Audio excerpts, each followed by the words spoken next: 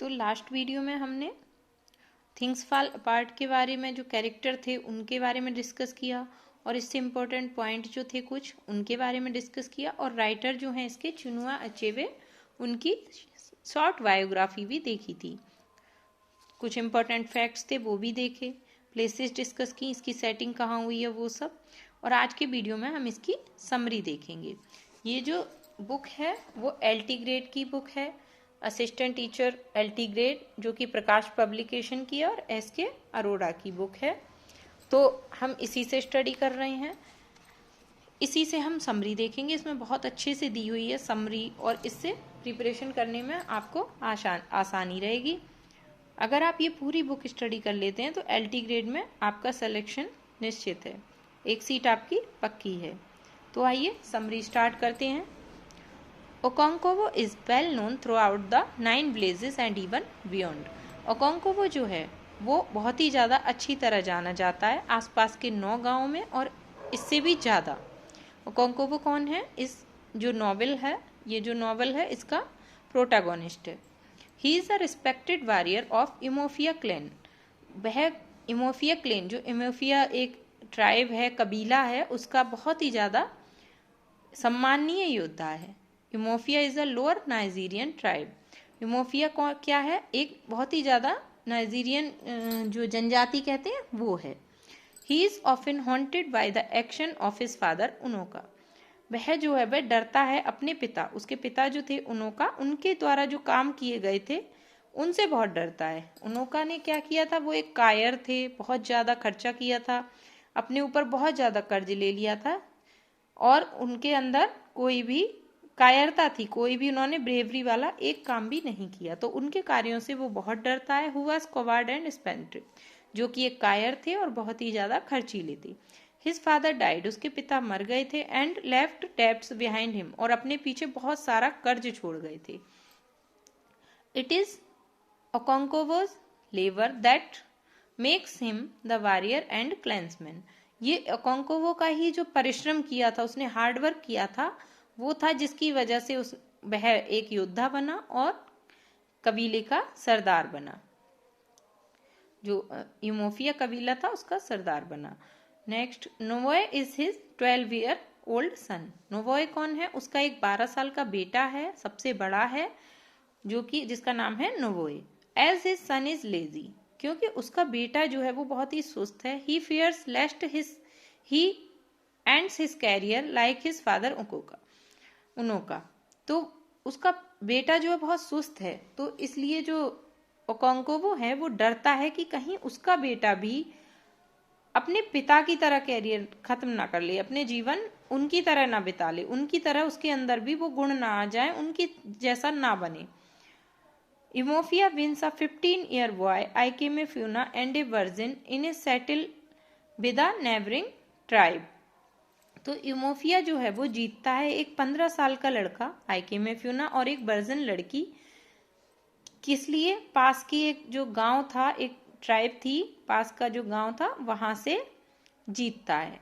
Last video में मैंने आपको बताया था एक गांव मवाइनो एक पास का गांव था इमोफिया के, जहाँ की एक लड़की थी। जिन लोगों मवाइनो के रहने वालों ने इमोफिया की कबीले की एक लड़की को मार दिया था, तो इसके बदले में इसके बाद उन दोनों गांवों के बीच, इमोफिया और मवाइनो कबीले के बीच झगड़ा शुरू हो गया था, और सेटलमेंट के तौर पर मवाइनो के जो सरदार थे उन्होंने एक वर्जिन लड़की और एक यंग लड़का आइकेमे फ्यूना दिया था इमोफिया कबीले को, ये कहते हुए जिससे कि उनके बीच युद्ध ना हो। वो शांति समझौते के तौर पर आइकेमे फ्यूना और एक वर्जिन लड़की को इमोफिया को सौंप दिया था। तो वही बात हो रही है यहाँ पर। इमोफिया जो है जीतता है एक 15 साल के लड़के को, आइकेमे फ्यूना को, और एक वर्जिन लड़की को पास के गांव से सेटलमेंट के तौर पर, शांति समझौते के तौर पर। Okonkwo is given the charge of the boy. Okonkwo को उस बच्चे का चार्ज मिलता है कि आप इसकी देखभाल करेंगे और आप इसको अपने घर में रखेंगे। He finds the ideal son in him. उसे लगता है कि जो आइकेमे फ्यूना है वो एक आइडियल सन है, जैसा लड़का वो चाहता था वो सारे गुण आइकेमे फ्यूना में उसे दिखाई देते हैं। नोवोय ऑल्सो डेवलप्स अफेक्शन फॉर आइकेमेफ्यूना। जो नोवोय है ओकोंकोवो का बेटा, उसे भी आइकेमेफ्यूना से प्रेम हो जाता है। The boy calls Okonkwo father and lives with the family for 3 years। जो लड़का है 15 ईयर का आइकेमेफ्यूना, वो ओकोंकोवो को पिता कहकर बुलाता है और उसकी जो सबसे बड़ी वाइफ होती है, फर्स्ट वाइफ जो होती है, उसके साथ रहता है, उसी की झोपड़ी में रहता है और 3 साल तक उनके साथ रहता है। Nwoye takes care of Ikemefuna like an older brother. तो जो नोवोय है ओकोंकोवो का बेटा, वो आइकेमेफ्यूना की अपने बिल्कुल बड़े भाई की तरह केयर करता है। एंड दस develop a masculine attitude.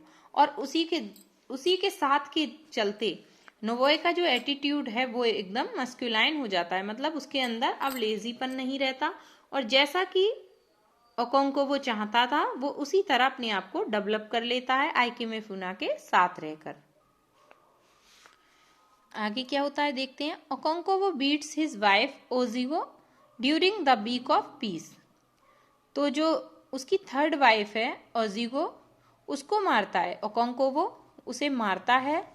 Piece के सप्ताह में एक पीस का वीक मनाया जाता है, वीक ऑफ पीस, जिसमें कोई भी लड़ाई झगड़ा कुछ नहीं होगा वहाँ उस ट्राइब में। क्या कहते हैं, ये एक सप्ताह के लिए होता है कि पीस का वीक मनाया जाता है कि कोई भी लड़ाई झगड़ा नहीं करेगा, उसका ये नियम होता है। और ओकोंकोवो जो है वो बहुत ही ज्यादा गुस्से वाला है, उससे सभी डरते हैं, तो वो उसी वीक ऑफ पीस के दौरान अपनी जो वाइफ है, थर्ड वाइफ ओजिगो, उसको पीटता है। And thus break the peace of the sacred week. और जो इस प्रकार जो सैक्रेड वीक पवित्र सप्ताह होता है, उसकी जो शांति है वो टूट जाती है, मतलब उसमें विघ्न पड़ जाता है। He repents and make many sacrifices. वह पछताता है उसके बाद और बहुत सारे सेक्रीफाइस करता है। The villagers feel excited when they see the locusts coming to Umuofia. तो जो गांव वाले होते हैं वो एक्साइटेड फील करते हैं जब वे एक टिड्डी का झुंड आता है इमोफिया की तरफ, उसे देखते हैं। They collect them as they give a good taste when they are cooked. वे उनको इकट्ठा कर लेते हैं क्योंकि जब वे उन्हें पकाकर खाते हैं तो उनमें अच्छा टेस्ट आता है। आगे देखते हैं।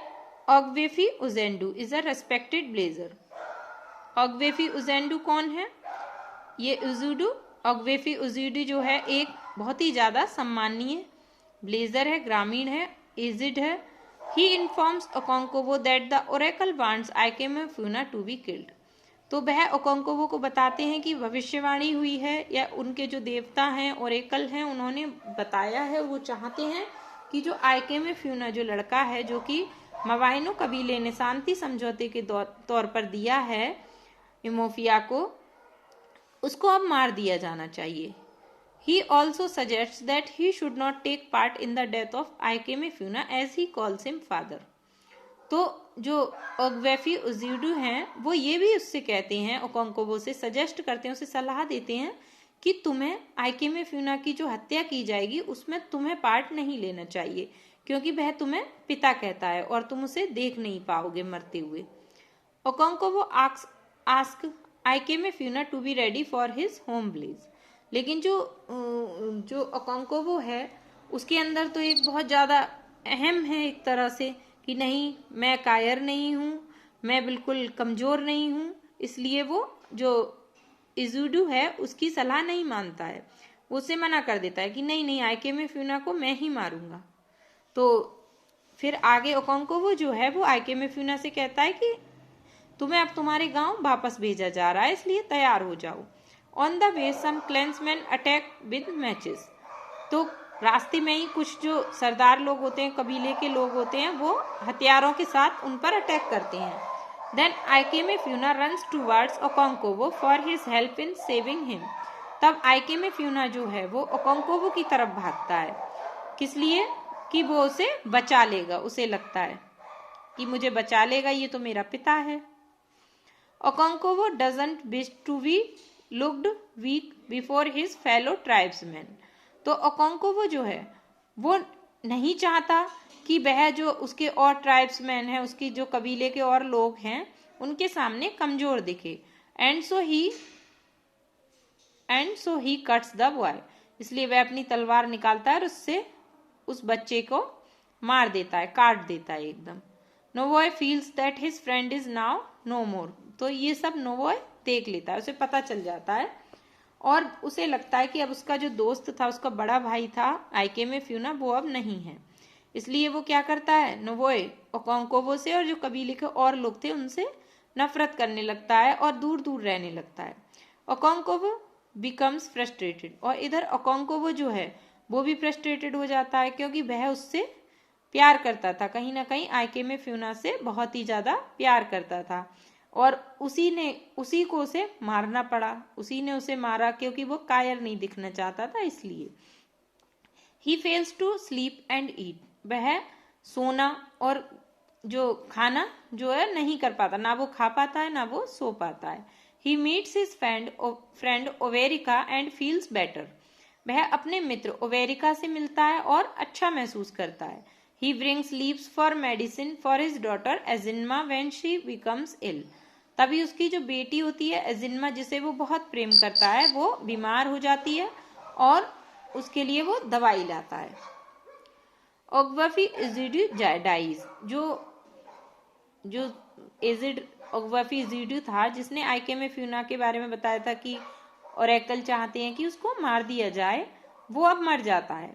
His death is announced all around through a music instrument ekwe, तो एक म्यूजिक इंस्ट्रूमेंट होता है इक्वे, उसके द्वारा उसकी डेथ जो है वो सब जगह अनाउंस कर दी जाती है। Okonkwo feels guilty as he didn't follow the advice of Ezeudu, तो ओकोंकोवो जो है वो बहुत ही ज्यादा गिल्टी महसूस करता है क्योंकि उसने इजुडी की जो सलाह थी आइके में फ्यूना को नहीं मारने की, उसको नहीं माना।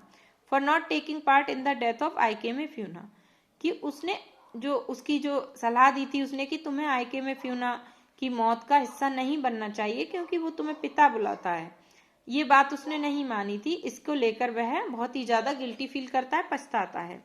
The man beats drum and fire their guns in honour of Ezeudu, तो जो लोग होते हैं वो ड्रम बजाते हैं और अपनी गन चलाते हैं, फायर से आग लगाते हैं उनमें, किस लिए, इजिडू को सम्मान देने के लिए। Tragedy take place when Okonkwo fires, तभी वहां एक ट्रेजेडी हो जाती है। ओकोंकोवो जो है वो फायर करता है, his gun explodes and kills the 16-year-old son of Ezeudu, तो उसकी जो गन होती है जैसे ही वो चलती है, जैसे ही उसमें विस्फोट होता है तो वो गलती से वो गोली जो है वो इजुडू जो कि मर गया है उसके 16 साल के बेटे को लग जाती है और वह वहां मर जाता है उसी time.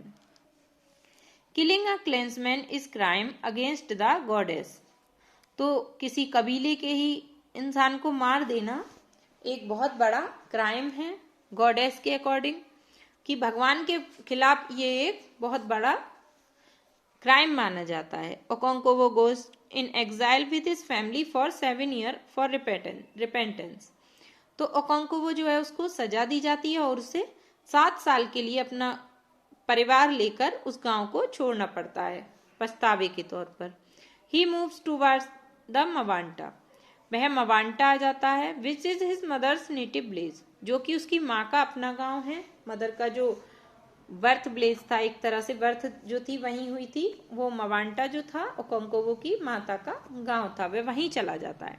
The villagers burn buildings and destroy everything related to Okonkwo to cleanse the village from the sin, तो जो ब्लेजर्स होते हैं, जो गांव के लोग होते हैं, वो क्या करते हैं, बिल्डिंग भी जला देते हैं जिसमें वो ओकोंकोवो रहता है और सब कुछ नष्ट कर देते हैं, जो ओकोंकोवो से संबंधित चीजें हैं उनको जला देते हैं, नष्ट कर देते हैं, जिससे कि वो गांव जो है वो अपराध से जो ओकोंकोवो ने किया था उससे क्लीन कर सके, उससे उन्हें मुक्ति मिल सके, उस पाप से, उस अपराध से। उचेंडू इज ओकोंकोवोज अंकल, उचेंडू जो है वो ओकोंकोवो का अंकल है, मामा है, उसकी मदर का भाई है। He with his other kinsman help in getting Okonkwo settle, वह अपने और कबीले के लोगों के साथ मिलकर ओकोंकोवो की हेल्प करता है उसे सेटल होने में। Obierika the friend of Okonkwo gives many bags of cowries which he had got after selling Okonkwo's yams, तो जो ओवेरिका होता है कौन है ओबेर का? ओकोंकोवो का मित्र। वह बहुत सारे बैग्स देता है कौरी के बैग देता है उसे ओकोंकोवो को, जो उसे कहाँ से मिले थे? उसने ओकोंकोवो की शकरकंदी बोई थी, उसका सीड ले गया था और उसे बोया था, जिसके बदले जब उनको बेचा तो बहुत सारे उसे धन कमाया। उसी को लेकर वो उसे वापस करने आता है। He also shares a bad news that the white man has destroyed the blaze away। तो वह ओकोंकोवो को ये भी बताता है कि एक बुरी खबर है, जो व्हाइट मैन है उन्होंने अवेम ब्लेज को डिस्ट्रॉय कर दिया है। अवेम ब्लेज क्या है? अवेम ब्लेज इमोफिया ब्लेज के पास का ही एक गांव है और वो बताता है कि उन्होंने उसे डिस्ट्रॉय कर दिया है। The 6 Christian missionaries enter Mbanta with Mr Brown. तो मवांटा में 6 क्रिश्चियन मिशनरीज आते हैं मिस्टर ब्राउन के साथ। Mister Brown speak to the blazers through the interpreter. तो मिस्टर ब्राउन जो हैं वो ब्लेजर्स से बात करते हैं, साथ में एक जो वो होते हैं ना, बताते हैं लैंग्वेज चेंज करके, जो नेटिव लैंग्वेज है वो बोलकर बताते हैं। तो व्याख्याकार जो होते हैं उनको लेकर आते हैं इंटरप्रेटर को, जिनका नाम होता है mister कियागा। He tells them that their gods are false। वह उन्हें बताते हैं, कौन? मिस्टर ब्राउन, कि उनकी जो देवता हैं वो झूठे हैं। It is not right to worship more than one God। ये सही नहीं है कि एक ईश्वर के अलावा बहुत सारे ईश्वर की पूजा की जाए। The blazers fail to understand the concept of Holy Trinity। तो ग्रामीणों को जो होली ट्रिनिटी का कॉन्सेप्ट है वो समझ में नहीं आता। Mr Brown's aim is to convert the blazers of Umuofia into Christianity. Mr Brown का जो एम है, उद्देश्य है, वो सिर्फ इतना ही है कि इमोफिया के जो गांव वाले हैं, ग्रामीण हैं, उनको क्रिश्चियन कैसे बनाया जाए। But he never allows his people to oppose the claim. लेकिन वह कभी भी अपने लोगों को जो कबीले के रीति रिवाज हैं उनके विरोध में नहीं जाने देती। Reverend James Smith comes in place of mister brown when he becomes ill। तो जो मिस्टर जेम्स स्मिथ हैं वो आते हैं जब मिस्टर ब्राउन बीमार हो जाते हैं, तब उनकी जगह जेम्स स्मिथ आते हैं। Smith is not tolerant like mister brown. Smith जो हैं वो मिस्टर ब्राउन की तरह टॉलरेंट नहीं है। Enoch who is a convert unmask and इग्बुग्बू during a ceremony in honour of earth डेजिटी। तो इनोच जो है वो क्या होता है? एक ऐसा कहते हैं रीति रिवाज है, एक तरह से एक कस्टम होता है जिसमें क्या करते हैं कि धर्म परिवर्तन कराया जाता है। This act is serious and is like the act of killing an ancestral spirit. ये एक्ट इतना सीरियस होता है जैसे कि किसी भी कहते हैं एंसेस्ट्रल स्पिरिट को मार दिया जाए, बहुत ही ज्यादा पवित्र आत्मा को। The compound of Enoch is burnt along with the church। तो क्या होता है? जो कंपाउंड होता है इनोच का, जहां पर धर्म परिवर्तन कराया जाता है, उसको जला दिया जाता है, आग लगा देते हैं चर्च के साथ साथ। कौन लगा देता है? जो ये ओकोंकोवो है और उसके साथ 4-6 लोग और हैं, वो लोग मिलकर उसको आग लगा देते हैं, क्योंकि वो धर्म परिवर्तन कराने की जगह है और मिस्टर ब्राउन और ये धर्म उनका चेंज करा रहे थे, ईसाई बनाने आए थे, क्रिश्चियन बनाने आए थे, तो इसके लिए वो उसको आग लगा देते हैं। The district commissioner request the leaders of Umuofia to meet him. तो जो डिस्ट्रिक्ट कमिश्नर होता है वो क्या करता है? इमोफिया के जो लीडर्स हैं, जिन्होंने ये काम किया था, आग लगाई थी, उनके जो लीडर्स हैं उनसे रिक्वेस्ट करता है कि उससे मिलें। The leaders are thrown into jail. लेकिन क्या करता है? वो बुलाता तो रिक्वेस्ट करके है, उसके बाद धोखे से उनको सबको जेल में बंद कर देता है। The clansman comes and meet when the leaders are release. तो जो क्लेंसमैन हैं और जो लोग हैं कबीले के, वो लोग आते हैं और मिलते हैं, जब उन लीडर्स को छोड़ा जाता है तब उनसे मिलते हैं। 5 court messengers ask the clansman to go away. 5 court के जो मैसेंजर हैं वो क्या कहते हैं क्लेंसमैन से कि यहाँ से चले जाएं। Okonkwo expects that the fellow clans member will join him. Okonkwo को लगता है कि मैं इनको मारूंगा और जो मेरे साथ के लोग हैं वो मुझे मेरा साथ देंगे। He kills the leader of the messengers. तो जो 5 मैसेंजर आते हैं उनके लीडर को, जो क्या कहते हैं, ओकोंको वो है मार देता है, विद हिज मैचेट, अपने हथियार से मार देता है। The crowd ask other messengers to run away, तो जो भीड़ होती है वो दूसरे मैसेंजर को भागने के लिए बोल देती है। ना ओकोंको वो realise that his clan doesn't wish to be in war with the white administrators, तो तब ओकोंको को ये महसूस होता है, उसे रियलाइज होता है कि जो क्लेन कबीला है अब वो पहले जैसा नहीं रहा, वह अब युद्ध नहीं चाहता है वाइट एडमिनिस्ट्रेटर्स जो हैं उनके साथ। ओकोंको डज नॉट लाइक इट, ओकोंको को ये अच्छा नहीं लगता, पसंद नहीं आता ये कि वो कायर बन के रहे। He likes to commit suicide, वह क्या करता है, सुसाइड कर लेता है। And thinks that he will not surrender before the white administrators, और किस लिए करता है कि वह ये सोचता है कि मैं वाइट एडमिनिस्ट्रेटर जो है उनके सामने सरेंडर नहीं करूंगा। Okonkwo commit suicide by hanging himself, Okonkwo कैसे खुद को मारता है, वो फांसी लगा लेता है। Suicide is a serious sin, suicide जो है एक बहुत बड़ा अपराध है। According to custom no clansman will touch the body, वहां की जो रीति रिवाज है, प्रथा है, उसके अनुसार कबीले का कोई भी व्यक्ति उसकी बॉडी को हाथ नहीं लगाएगा। The commissioner feel that the story of Okonkwo who killed a passenger and hang himself will be an interesting one, तो कमिश्नर जो होता है उसे लगता है, महसूस होता है कि जो ओकोंको की जो स्टोरी है, जिसने एक मैसेंजर को मारा और फिर खुद को मारा, ये बहुत ही ज्यादा इंटरेस्टिंग साबित होगी। He thinks of writing a whole chapter on him, और वह सोचता है कि वह इसके ऊपर एक पूरा ही चैप्टर लिखेगा। If he does not right a chapter he will write a paragraph on him, अगर वो चैप्टर नहीं लिख पाता है तो वो क्या करेगा, एक पैराग्राफ तो लिखेगा ही। He thinks of the title of the book which will be, वह तब उसको बॉडी को देखकर अपनी बुक का टाइटल सोचता है कि क्या होगा, वो होगा the pacification of the primitive tribes of the lower Niger. तो ये जो थी वो समरी थी थिंग्स फॉल अपार्ट की। आई होप आपको समझ में आई होगी, वीडियो बहुत लंबा हो गया है, तो अगर आपको ये पसंद आया हो तो मेरे वीडियो को लाइक करें, और अगर आपको मेरे चैनल से कुछ भी बेनिफिट होता है तो प्लीज़ इसे सब्सक्राइब जरूर करें और बेल आइकन को प्रेस करें। Okay then, thanks for watching this video.